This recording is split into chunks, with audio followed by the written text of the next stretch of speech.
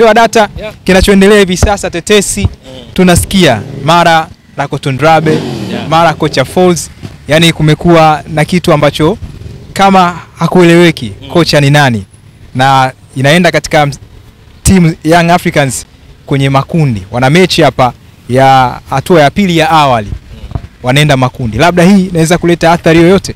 Kwanza wiki vizuri, wanaenda makundi ni mpaka washinde. Mpaka washinde. Yes, ingawa kwenye makaratasi ni Yanga wenye nafasi kubwa. Wasipofuzu kwa hatua ya makundi watajilaumu sana, kwa sababu wanakwenda kucheza dhidi ya Silver Strikers ya Malawi.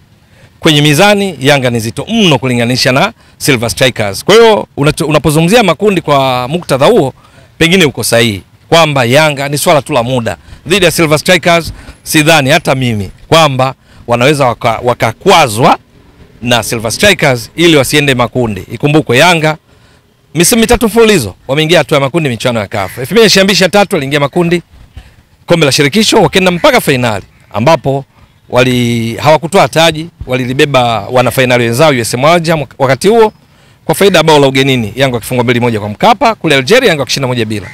Msimu uliofuatia 2023-24 Yanga waliingia makundi ligi ya mabingwa barani Afrika, wakaenda mpaka robo finali, wakatolewa kwa mikojo ya penalty na Mamelodi. Msimu uliomalizika 2024-25 Yanga ligi ya mabingwa walikwenda hatua ya makundi, wakamaliza nafasi ya 3. Waliofuzu robo finali walikuwa ni Al Hilal Omdurman na MC Alger. Kwa Yanga misimu mitatu mfululizo iliyopita walau wamefika hatua ya makundi na kwenda mbele zaidi. Sasa kwa lugha nyingine itakuwa ni ajabu kwao kwa viwango vyao kutolewa na Silver Strikers ya Malawi katika raundi ya pili ya awali kufuzu hatua ya makundi. Kwa mwenendo wao inaonekana wanakwenda hatua ya makundi. Sasa kama hivyo ndivyo, narudi kwenye swali lako la msingi. Hizi story kocha Rakoton Drabe, kocha Romain Folz, Yanga wenyewe kwa taarifa rasmi ni kwamba kocha ni Romain Folz, ndio walimtambulisha na hakuna taarifa yoyote kwa umma kuhusiana na hatima ya kocha wao, kwa sababu yeye ndiye anayeonekana anaiongoza timu. Hata sasa tunapozungumza timu inafanya mazoezi ikiwa na usimamizi wake.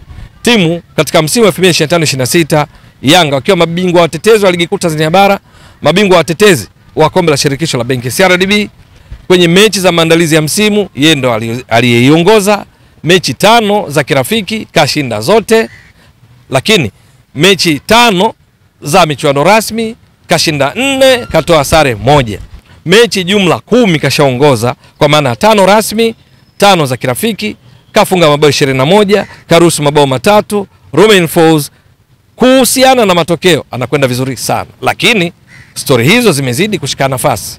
Baadhi ya mashabiki wa Yanga, wafuatiliaji wa timu hiyo, wanaona kana kwamba mpira ambao Yanga wanaucheza chini ya Romain Folz uko tofauti na waliouzoea wakati Yanga ikiwa chini Hamdi Meludi, ikiwa chini ya Sead Ramovic, ikiwa chini ya Miguel Gamondi, ikiwa chini ya Nasreddin Nabi, kwamba Yanga inacheza sex football katika baadhi ya mechi ikipata matokeo. Lakini Romain Folz anaonekana kana kwamba mpira sambusa, soka biriani kaliweka kando, yeye anacheza objective football, mpira wa malengo tu, kushinda na kupata matokeo chanya, ambayo kwenye michuano ya CAF, taarifa yako Babu Ali na watazamaji wako, ndio michuano inahitaji sana soka lile ambalo Yanga wameshaonyesha katika baadhi ya michezo chini ya Romain Folz. Lakini cha muhimu ni kwamba Yanga ni vizuri wakafanya maamuzi, wakaweka kila kitu wazi mapema kwa manufaa yao, kwamba Romain Folz ndiye yeye atakayeongoza katika michuano yote kwa sasa kama ilivyo inavyoonekana, kwa maana kwamba ndiye atakayeongoza timu yake kwenye hii raundi ya pili dhidi ya Silver Strikers, raundi ya pili ya awali, na kwenda nayo makundi.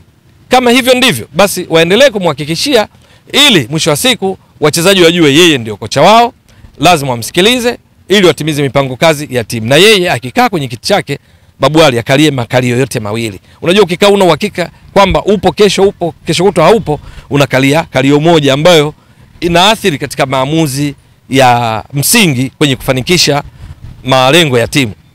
Na kama Romain Folz ameshaonyesha kiwango bora kwenye matokeo, wakaona kana kwamba labda swala la kucheza mpira wa kuvutia ni swala kuvumilia, linahitaji muda, maana ametua karibuni tu kwamba anaweza kuwaletea hicho kadri siku zinavyokwenda, basi msisitizo waendelee kusisitiza hilo, sio tu wakati wanazungumza naye, ikibidi kutoka kwenye public, kwa sababu haya yanajadiliwa kwenye public, kwenye umma, na wao wakaendelea kusisitiza kwa umma, management kwa kauli nzito kwamba wanaye Romain Folz, wanatamba naye kwa ajili ya kutimiza mipango yao kwa msimu wa 2025-26 walau kwa sasa. Ikiwa kinyume chake, watoe maamuzi magumu mapema kwamba Romain Folz sasa basi tunamleta kocha Rakoton Drabe, tunamleta kocha Babu Wali, tunamleta kocha Mbwaduke au yeyote yule, whoever wanaona kana kwamba ndiye anayekwenda kushika kijiti hiki muhimu, basi ni vyema swala hilo lifanyike sasa. Nasema hivyo kwa sababu gani, Babu Wali? Kwa swali lako, Yanga wana uzoefu tayari kwamba ukivuka hatua ya hii inayokuja ya raundi ya pili ya awali, ukienda hatua ya makundi, usipokuwa na utulivu kwenye benchi la ufundi, kuna uwezekano ukaja kupata matokeo mabaya kwa sababu hiyo tu. Mfano halisi ni katika msimu uliopita, msimu wa 2024-25, Yanga ilifuzu hatua ya makundi ikiwa na kocha Miguel Gamondi. Lakini ilipoingia makundi ikawa na kocha mwingine ambaye ni Sead Ramovic. Sead Ramovic bonge la kocha. Ndani ya muda mfupi aliwezesha Yanga kuwa na identity ya kucheza, kuwa na namna yake ya kucheza, style of play, kwa sababu ndipo likaibuka kauli mbiu ile ya gusa, achia, twende kwao, kwamba sawa timu yake inamiliki zaidi mpira lakini pasi sio nyingi, yani mipira yote inayochezwa ni direct, ni moja kwa moja, pasi 1 2 3 wako katika upande wa pili, kwenye final third, kwenye theluthi ya mwisho kwa mpinzani kule wakijaribu kufunga, Yanga wakawa wanashambulia sana. Kwa hiyo ilikuwa wanacheza mpira wa kuvutia, pasi, lakini pasi zenyewe nyingi ni mbele, jambo ambalo lilimfanya kwa ligi kuu Tanzania bara wachezaji wake walikamata mifumo kwa haraka. Ndani ya muda mfupi akaiongoza mechi 6 kwenye ligi kuu Tanzania bara, kashinda zote. Ndani ya muda mfupi akafunga mabao 22, akaruhusu mabao 2. Wapinzani walikuwa wanashambuliwa kweli. Alichangia mno kufikia mwisho wa msimu, licha kwamba aliondoka, alikuja Hamdi Miludi akaendeleza kijiti. Yanga ikawa ndio timu iliyopiga mashuti mengi kuliko timu zote. Mashuti 360, kati ya hayo mashuti 204 amelenga shababu. Wakafunga mabao 83 ambao ni rekodi katika ligi kuu Tanzania bara tokea ianzishwe kutoka kuitwa ligi daraja la kwanza msimu wa 1996 kuingia 1997. Sasa kwenye ligi ya mabingwa, hiki alichokuwa anakifanya kwenye ligi kuu na kombe la shirikisho la benki CRDB, akiongoza mechi moja na kushinda, kwa ligi ya mabingwa akakutana na mtihani. Ni kwa sababu kwenye hatua ya makundi ligi ya mabingwa ambako yeye ndo alianza kuiongoza Yanga, alikutana na timu zinacheza kijanja mno. Yani wakati wanacheza soka sambusa, soka biriani, wanakutazama tu. Wao wanachocheza ni soka malengo. Objective football, mpira wa malengo. Kwamba kana huo mpira wako katika baadhi ya nyakati, piga pasi zako nyingi, fanya attempts nyingi, lakini mwisho wa siku ngapi? Unajua nini kilichotokea?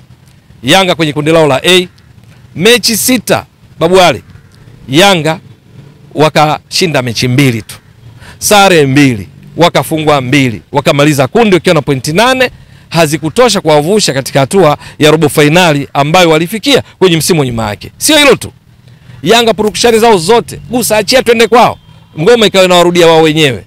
Kwenye michuano ile hatua makundi ile kufika kwa mpinzani, walifika wakapiga mashuti 84 katika mechi 6, wastani wa mashuti 14 kila mechi, na kuifanya Yanga ndio timu iliyoongoza wastani kwa mechi kupiga mashuti mengi, attempts nyingi dhidi ya wapinzani miongoni mwa timu zote zilizofuzu hatua ya makundi, yani timu 16 mpaka zile zilizocheza finali ambazo zilikuwa Pyramids na Mamelodi. Hakuna timu wastani kwa mechi iliyokuwa inapiga mashuti mengi kama Yanga, ambao ni mashuti 14 kwa mechi, jumla mashuti 84 katika mechi 6. Lakini wajua ilikuwaje? Ikafunga mabao 5 tu, halafu yenyewe imeruhusu mabao 6. Kwa hiyo goal difference ilikuwa ni hasi moja. Kwa hiyo wakajikuta Yanga kuna baadhi ya mechi, baadhi ya nyakati hawachezi mpira unaotakiwa katika michuano ya CAF. Masuala ya mpira mzuri, soka sambusa, soka biriani, ili tumezungumza mara kadhaa na tutalirudia tena na tena kukumbusha timu zetu zinazotuwakilisha michuano ya CAF kwamba na mashabiki wake, kwenye michuano ya CAF sio mara zote utahitaji kucheza soka biriani, soka sambusa ili upate matokeo. Yanga ilipiga mwingi mno kwenye mechi 6 za hatua ya makundi ikiwa na chini ya Sead Ramovic. Umiliki wa mpira ulikuwa zaidi ya 58% pa mechi. Mashuti ndo kama nilivyokutajia. Yanga ndo timu iliongoza kupiga kona nyingi kwa mechi, kona 8 kila mechi. Hamna timu ilikuwa inapiga kona nyingi kwa wastani kwa mechi kama Yanga. Lakini mwisho wa siku ikaaga michuano ikifunga mabao machache ambao ni 5. Goal conversion rate ilikuwa 5.9 kwa sababu unapiga mashuti 84, magoli 5. Lakini unapiga mashuti 6. Baadhi ya mechi Yanga iliupiga mwingi, halafu ilikuwa na matunda yoyote. Ni mechi walicheza dhidi ya Al Hilal Omdurman, wakati ikifundishwa na Flora Ibenge kwa Mkapa jijini Dar es Salaam. Kama unakumbuka vizuri, ni mechi ambayo Yanga walimiliki mpira zaidi ya 60%. Ni mechi ambayo Yanga walipiga mashuti 15, 5 on target. Al Hilal Omdurman ikiwa na Flora Ibenge ambaye hivi sasa yupo Azam, mechi nzima walipiga mashuti 5 tu. Mechi nzima mashuti ya kulenga shabaha 2 tu. Moja limepigwa na Adama Kulibali kamba, la pili kuelekea mwishoni mwa mchezo lilipigwa na Yasa Muzammil kamba. Mwisho wa mechi Al Hilal wanaondoka na ushindi 2-0. Yanga ikasifika, imepiga mpira mwingi, piga pasi nyingi sana, piga mashuti mengi sana. Tumekosa bahati yao wale. Isingekuwa Dube, story hizo zinabaki. Matokeo ngapi? 2-0. Mechi ya maamuzi ya kujua nani aende robo finali, Yanga na MC Alger kwa Mkapa, kama unakumbuka vizuri. Mechi ambayo Yanga walimiliki mpira 69%, MC Alger walimiliki mpira 31% tu. Yanga wakapiga mashuti 18, MC Alger mechi nzima walipiga mashuti 3. Yaani dakika 90 mashuti 3, wastani shuti moja kila baada dakika 30. Dakika nyingine hizo wakati Yanga wanamiliki mpira, wanapiga pasi nyingi, wanashangiliwa. Wao kazi yao ilikuwa ni kuzuia, wakipata mpira wanacheza sideway passes kushoto kulia kwa kipa, wanapoteza muda. Kila wakiguswa wanaanguka chini, wanajilaza. Ukitoka mpira wanaenda kuokota taratibu. Umeshaona? Wanatembea sluggishly, tunasema ile ya kujivuta, ile unajikokota, alimradi kumaliza muda. Ule ndio uchezaji kikubwa, kwa sababu wao walikuwa wanahitaji ushindi wowote ili wasonge mbele au sare yoyote. Mwisho wa siku Yanga wakaupiga mwingi mno, wakafanya majaribio mengi, wakapiga pasi nyingi, matokeo yalikuwa bila. MC Alger wakatoka wanashangilia, maana ndivyo walivyotaka, wakaenda zao robo finali. Sasa ili hilo lisije likatokea kwa Yanga ambayo kocha ni mzuri, Sead Ramovic akitoka TS Galaxy ya ligi kuu ya Afrika Kusini, lakini namna alivyoandaa timu yake kwa michuano ya CAF na mahitaji ya CAF, Yanga walichemsha.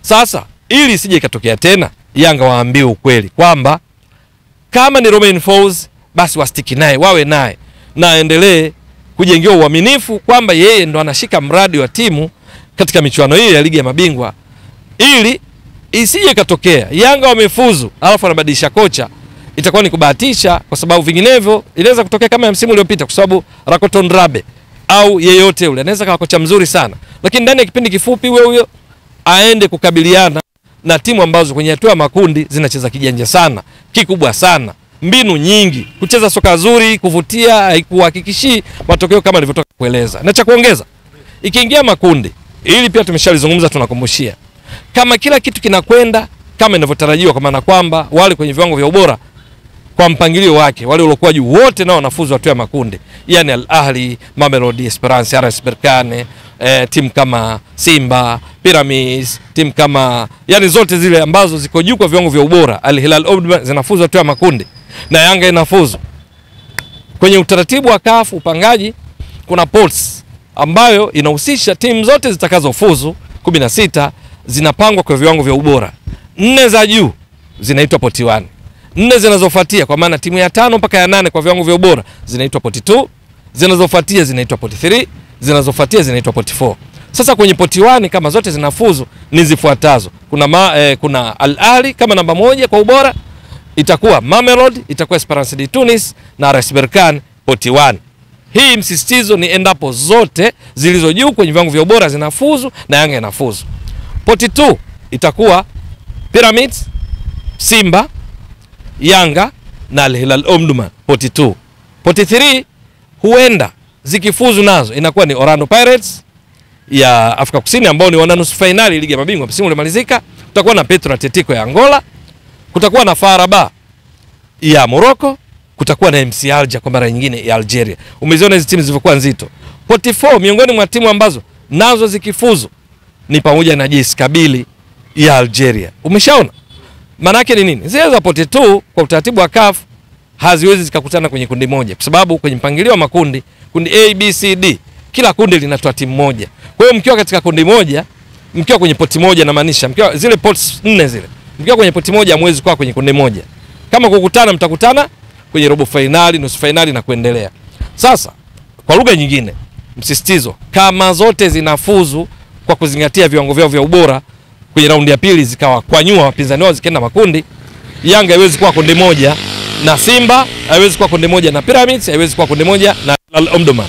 Lakini lazima inakuwa na mmoja wapo kati ya wafuatao: Al Ahli au Mamelodi au Esperance de Tunis au RS Berkane kutoka poti 1. Alafu kutoka poti 3 lazima atakuwa na mmoja wapo kati ya wafuatao endapo nao watafuzu: Orlando Pirates Afrika Kusini, FAR Rabat ya Morocco, lakini kuna MC Alger ya Algeria au Petro Atletico ya Angola. Lazima mmoja wapo. Ili kukamilisha sasa timu 4 kwenye kundi lao, mmoja lazima atoke poti 4 ambayo wahusika wake endapo atafuzu ni pamoja na JS Kabylie, inaweza ikawa FC Nouadhibou nayo ikifuzu na nyinginezo. Lakini cha msingi kumbuka, miongoni mwa timu 4 kwenye kundi zinazofuzu robo finali ni 2 tu, ya kwanza na ya pili. Zinazobaki zinarudi nyumbani, zinasubiri msimu unaofuata. Kama msimu uliopita Yanga haikuwa miongoni mwa 2 zilizofuzu robo finali, ikamaliza nafasi ya 3, ikapongezwa kwa kupambana kiume, ikaaga, ikarudi nyumbani. Sasa ili hilo lisitokee, sababu zilikuwa nyingi, Yanga haikufuzu kwenda robo finali msimu uliopita 2024-25. Lakini mojawapo naiona ni mabadiliko ya benchi la ufundi nyakati ambazo timu inaingia kwenye hatua ya makundi. Waambiwe ukweli kwamba kama kuna mpango kweli wa kumbadilisha Romain Folz kama tetesi zinavyoeleza kwa kiasi kikubwa, basi wabadilishe sasa, kwa sababu wakifanya hivyo kwenye makundi yanaweza yakatokea kama iliyotokea msimu uliopita chini ya Sead Ramovic baada ya kuondoka kwa Gamondi. Na kama ni Romain Folz, ahakikishiwe nafasi hiyo na asitikiswe, ili mipango yake iendelee kumezwa na wachezaji, kuleta matokeo chanya kwenye hatua ya makundi ambako mpira mzuri na wa kuvutia haukuhakikishi kusonga mbele kwa hatua ya robo finali.